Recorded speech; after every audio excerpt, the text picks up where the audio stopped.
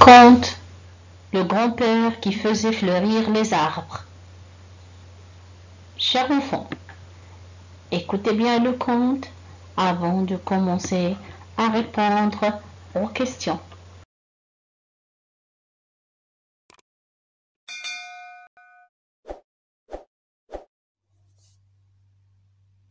Le grand-père qui faisait fleurir les arbres. 1. Il y a longtemps, bien longtemps, dans un petit village, vivait un très vieil homme et sa femme. Il n'avait jamais pu avoir d'enfant. Il avait adopté un petit chien qu'il aimait tendrement. Celui-ci, reconnaissant et fidèle, ne s'éloignait jamais d'eux et les suivait partout où il allait, qu'ils travaillent dans leur jardin ou dans leur petit champ à la sortie du village. Un jour, que le vieux travaillait dans son potager, il remarqua que le chien flairait et grattait en un certain endroit du gazon. Sous un vieux pin, aussitôt, il cessa de piocher pour l'observer. Le chien s'élança alors vers lui en aboyant de toutes ses forces.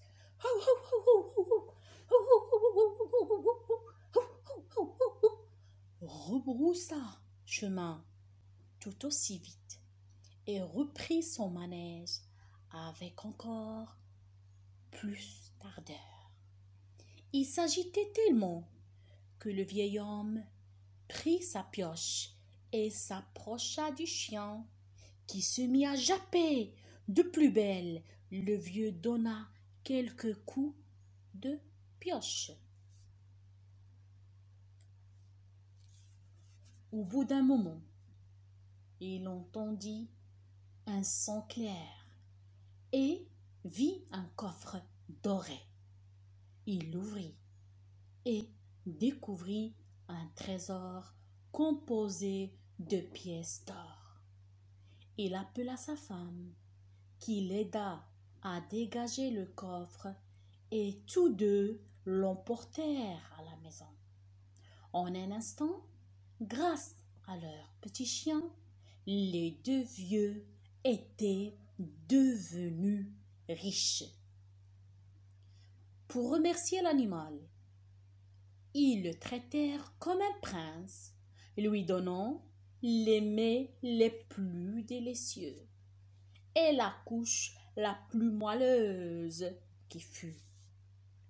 Mais les nouvelles se propagent vite et, dans le petit village, l'histoire de la découverte du trésor se répandit comme une traînée de poudre. Un voisin en perdit même le sommeil de jalousie. Il pensait sans cesse au bonheur des vieux et à leur fortune. Persuadé que le petit chien avait un don pour découvrir les trésors enfouis, il se rendait chez ses voisins afin qu'ils lui prêtent leur animal pour quelques jours. Nous aimons tellement notre chien que nous nous serions nous séparer de lui. Pas même une heure, lui dit le vieillard.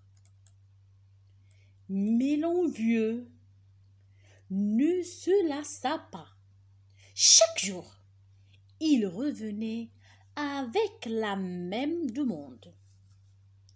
Et comme les deux vieux étaient bons et qu'ils ne pouvaient refuser quoique ce fût un homme, ils finirent par lui prêter leur chien.